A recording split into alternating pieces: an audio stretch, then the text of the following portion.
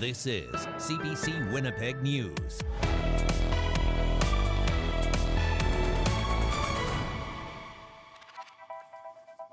Good evening. Thanks for joining us. A Winnipeg doctor is raising alarm bells about the ongoing outbreak of hepatitis A in the province. It's an outbreak that hasn't been seen in Manitoba in decades. And one doctor says people are dying from an entirely preventable disease, and not declaring a public health emergency is irresponsible. It's highly contagious and spreading amongst the homeless and vulnerable populations in Winnipeg and on multiple First Nations. When they're coming in, they're extremely sick. They're jaundiced usually and having really terrible abdominal pain. Manitoba is battling a hepatitis A outbreak. There are now more than 600 cases in the province. Never in my life have I taken care of a patient with hepatitis A. Now we take care of multiple. I think it's rare in the past 6 months for me to come to work and not have at least one patient. Dozens have been hospitalized. Dr. Kieran Ginger says some for months. 5 people have needed intensive care. So far, 3 have died. Things are probably worse than ever. They feel worse than ever, especially for vulnerable people. CBC News has learned one of those deaths was a 5-year-old boy from Wasagamacq. Cases were initially centered around communities in Island Lake. The Grand Chief says he expected it would get worse. Most of our homes don't have running water. They don't have plumbing. There seems to be very little in proactive planning to stop the spread of Hep A from its source. While one First Nation declared a state of emergency months ago, the province is declining to do the same. A move this doctor says is wrong. I think it's irresponsible and incorrect. I think this is clearly an emergency. Like I said, I've never seen a case of Hep A until this past year. Public health officers say there hasn't been a significant outbreak in Manitoba since the 80s. Until now. Hundreds of cases and spreading. Now, more than 130 people in Winnipeg infected, mainly the homeless population. Where there's a lack of adequate housing, people don't have access to running water, hand washing facilities as well. So certainly those populations are at risk. Shelters have increased cleaning among the outbreak, and vaccine eligibility has been expanded. And some First Nations are seeing community-wide immunization clinics. The health minister says they're working with the feds to vaccinate people. We've invested in the mobile outreach front. We'd like to see more from Canada in terms of getting folks on the ground in community to address some of those more structural concerns and conditions that are contributing to these rates of transmission that are very concerning. But doctors say the response is happening too late for a highly contagious virus. Almost a pitiful response, It should have happened sooner, and it should have happened in a more robust way. The province says it will continue to follow guidance from public health, which for now does not include a state of emergency. It's been 1 year since a devastating wildfire ripped through the RM of Lac du Bonny.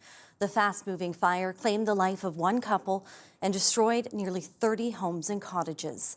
But now, months later, there's signs of new life, despite the painful reminder of what people have been through.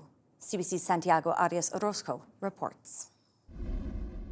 The granite just crumbled from the heat of the fire. Brittle beams, ash, twisted metal. That's all that's left from Riva Carclin's barn, a piece of family history passed for generations, gone in the flames. I didn't think it was going to be as bad as it was. I thought this kind of stuff happens to other places and that it couldn't possibly be here because we had all these water bombers and all these helicopters. It was a bit of a surreal experience. Just this charred out stump. Carclin's property was one of 28 damaged in a devastating wildfire. It rocked an area just outside Lac du Bonny starting on May 13, 2025. It's always something that is a point of reference, and I don't know that that's really ever going to change because this is a once-in-a-lifetime event for this neighborhood. A year ago, flames rolled through dry grass in the morning. Crews tried to put the flames out, but they were outpaced by strong winds fueling the fire.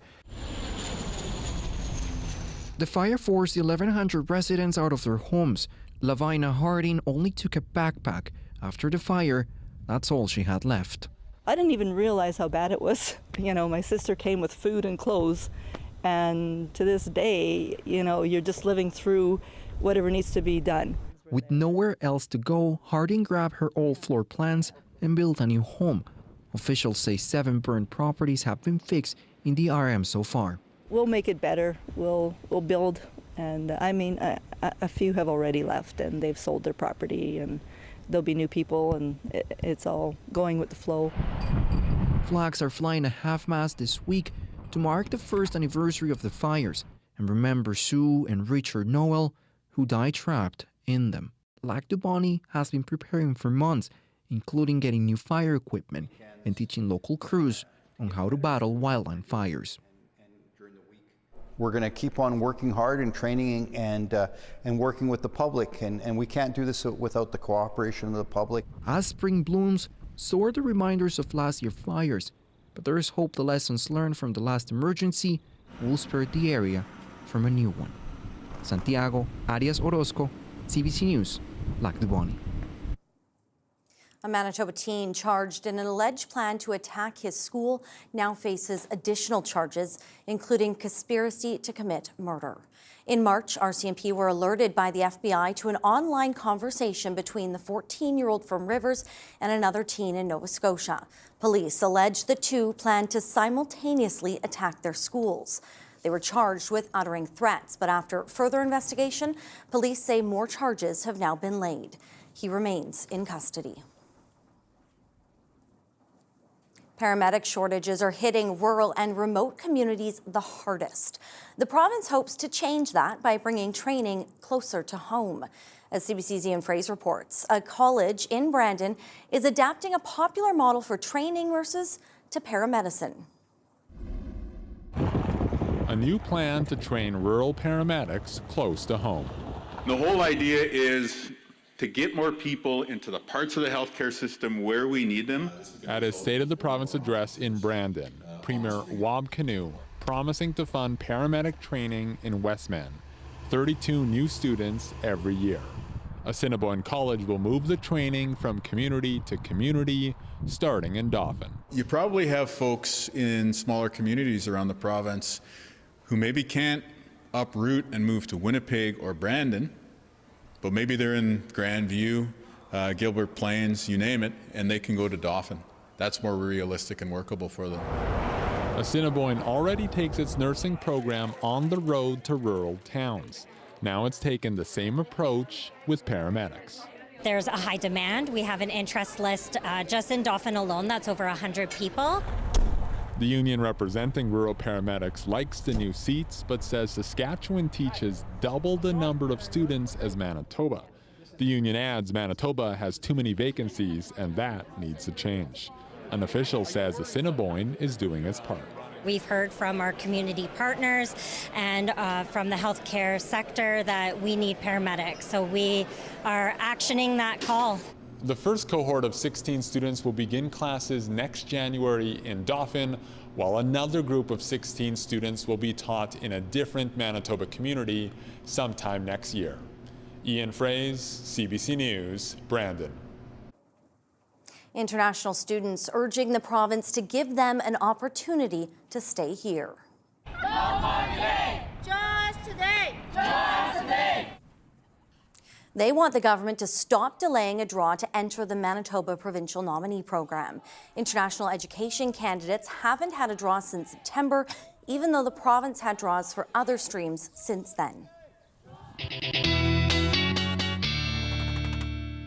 Riley's in now, and those nice temperatures today came with a lot of wind. Yeah, that was the thing right across the province today, Brittany.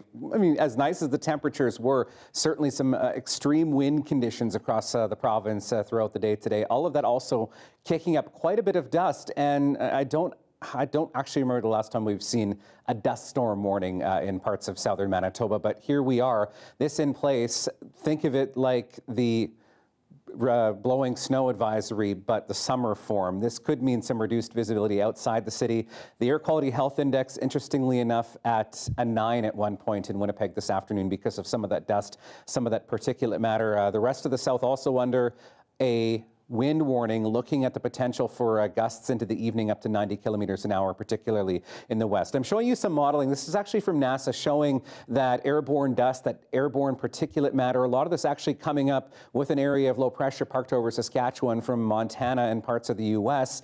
And as that interacted with some showers that passed through the Red River Valley through the lunch hour, for example, that caused some of this mud rain or this raindrops mixed with some of this dust or this mud, creating a bit of a film on vehicles. So certainly not pleasant to maybe get to your car and find some of that film, but that's what that dirty rain was caused from, all because of some very windy conditions. Brittany, gusts up to 106 in Brandon this afternoon. All right, thanks, Riley. You're welcome. Well, as grocery stores come under fire for maple watching, one grocer is ditching maple leaf symbols. We'll explain ahead.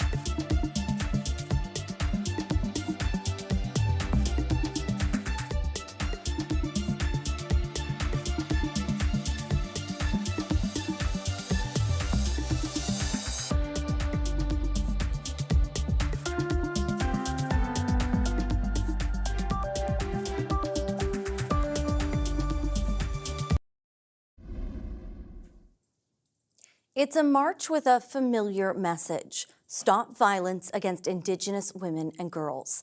But what's unique about the Moose Hide campaign is that it engages men and boys. CBC's Chelsea Kemp shows what happened today in Winnipeg and Brandon. With square leather pins and signs calling to end violence, dozens trekked down Brandon streets Thursday. For Kenneth Myron, it's his first Moose Hide walk. He wants to help break cycles of intergenerational violence. Troubled childhood. That's just my background, where I come from, and I'm a different guy now, and I support nonviolence. The Moose Hide Walk is an Indigenous-led grassroots movement based on a promise: ending gender-based violence. A key part of the campaign is engaging with men and boys. Jason Gobet says men have a critical role to play in this mission. We can look outside the warrior shell and look within to see that there is a brave there that has a strong voice and a strong will to protect community. So let's start doing that. Meanwhile, in Winnipeg, hundreds gathered to share in the call for change. Ashley Houston is a survivor of sexual and physical abuse, now a Moose Hide steward. She's found solace in helping build community. It brings a lot of comfort and joy to know that you're not alone, and if we can even just make a change for one family, one person here that seeks help, changes behavior, whatever it may be, our job is done. Back in Brandon, Sean Cameron says everyone has a role to play in breaking intergenerational harms and violence. And it's important for us as well, who are not Indigenous, to be allies in that discussion. And first and foremost, listen, but also to make sure that we're moving forward in a good way that supports the whole community. Kenneth Myron ended his walk with Manitoba Premier Wab Kinew and a message of hope. Everyone goes through all kinds of experiences in life, trauma and all kinds of chemical dependency or whatever their problems may be. But yeah, you can get over, you can get help. A powerful message and a reminder to everyone they're not alone and can help shape safer communities. Chelsea Kemp, CBC News, Brandon. If you're one of the many people in this country who've had their elbows up and have been trying to buy Canadian as much as possible, a heads up if you shop at Sobeys. The grocery store chain has pulled back on its promotion of Canadian products. The CBC's Sophia Harris explains why. Something mysterious appears to be happening on store shelves at Sobeys across the country. So it looks like the maple leaf symbol is gone from the coffee. Those ubiquitous maple leaf symbols promoting Canadian goods seem to be disappearing. No maple leaf here. Steve Palmer has noticed it too. The maple leaves are completely gone. He's passionate about the Buy Canadian movement, so when he finds grocers promoting imported food as Canadian, also known as maple washing, he reports it to the Canadian Food Inspection Agency. I do want the fraudulently labeling to stop. Over the past year, Palmer has complained to the CFIA about several imported products found at Sobeys stores, like cantaloupe and nuts, that were promoted as Canadian. That really upset me. It says California walnuts, and the label also says imported for Sobeys. There is nothing Canadian about these. Standing united is important. Since the Buy Canadian movement took off last year, Sobeys has used it as a marketing tool. But CBC News has learned the CFIA has received multiple complaints that Sobeys mislabeled food as Canadian, and that the agency recently investigated the grocer's head office. CBC visited several Sobeys-owned stores across Canada and found they had ditched the maple leaf symbol. Finding Canadian products. Consumer advocate Jay Jackson says it's hard to get inside the mind of Sobeys, but I assume it's them talking to their lawyers and liability. They know that the government is watching closer. Since the start of 2025, the CFIA has identified 127 cases of maple washing involving retailers, but only 2 fines issued so far to grocers, $10,000 each to 2 Loblaw-owned stores. Another 2 received warnings. I think we're well past the warning stage, and I would like to see significant fines. Turns out that won't be the case for Sobeys this time. The CFIA says in response to its investigation, the grocer implemented corrective actions, so no penalties required. Sobeys did not respond to our inquiries. Sophia Harris, CBC News, Toronto. Well, the bug battle has begun in Winnipeg. Our crews are out there larviciding on a daily basis now. The city says operations started last week. 4 helicopters are being used to treat larger areas with a biological larvicide. Staff are also out using trucks, ATVs, and backpack sprayers to kill larvae before they become adult mosquitoes. The city says the cool spring has helped reduce the development of mosquito larvae.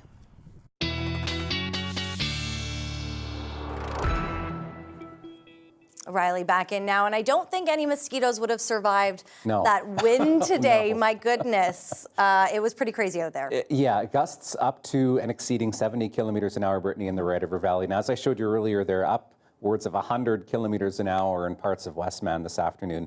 Not pleasant. A little taste of everything. Yeah, combined with that dust as well. Literally. In the south. Let's start with temperatures, though. I mean, aside from the wind and aside from the dust, I mean, how about 27 degrees in Winnipeg this afternoon? That's a full 7 degrees above seasonal for this time of the year. 23s, 22s in the west, and you can start to see where some of the cooler air has started to nudge its way into northern parts of the province.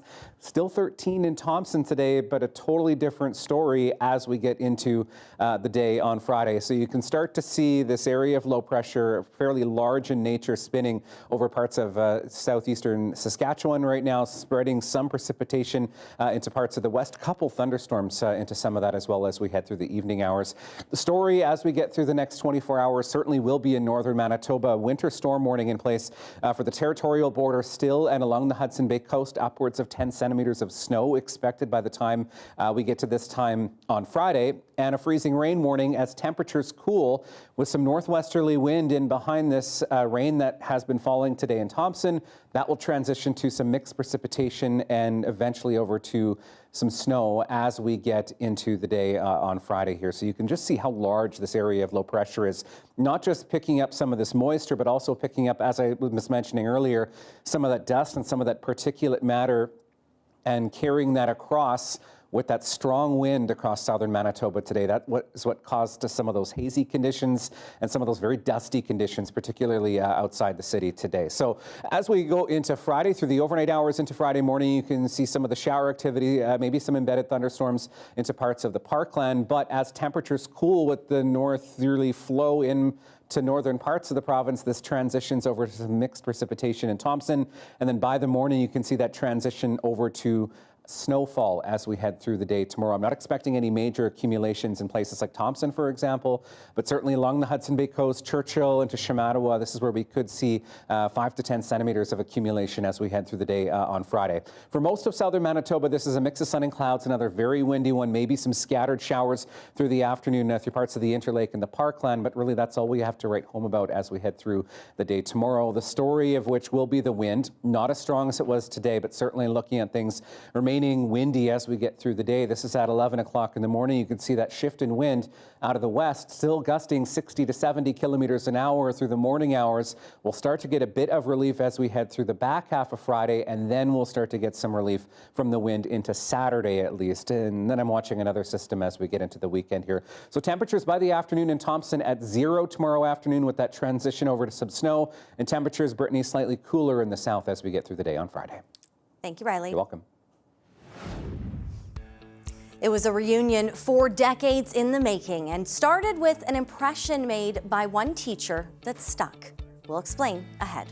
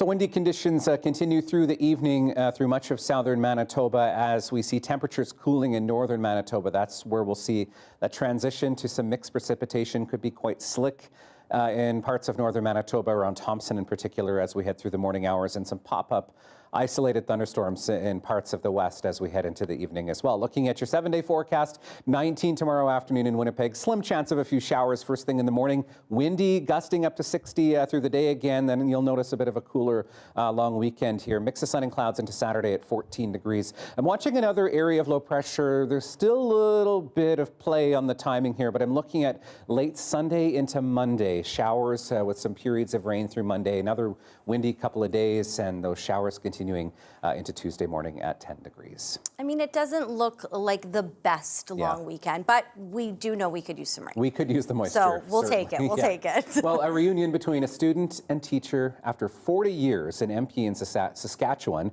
got a chance to tell his grade 2 teacher thank you face to face. Wouldn't you love that? Well, this comes after a heartfelt tribute in the House of Commons last month. Their reunion is today's Daily Lift.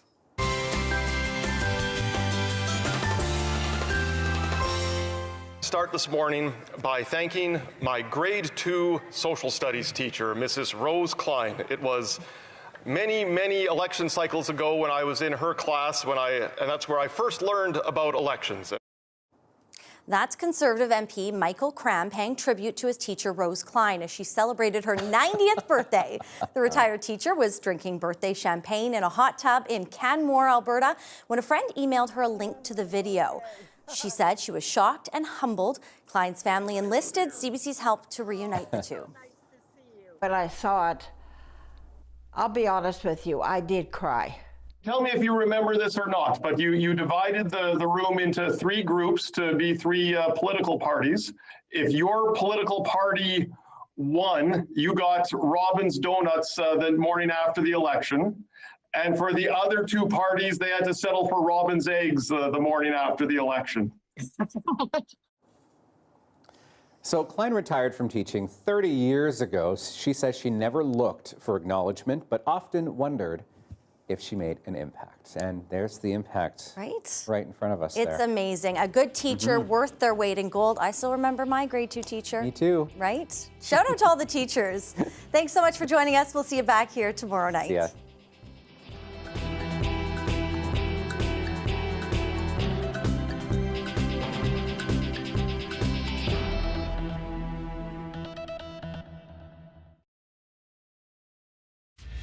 This is CBC Winnipeg News.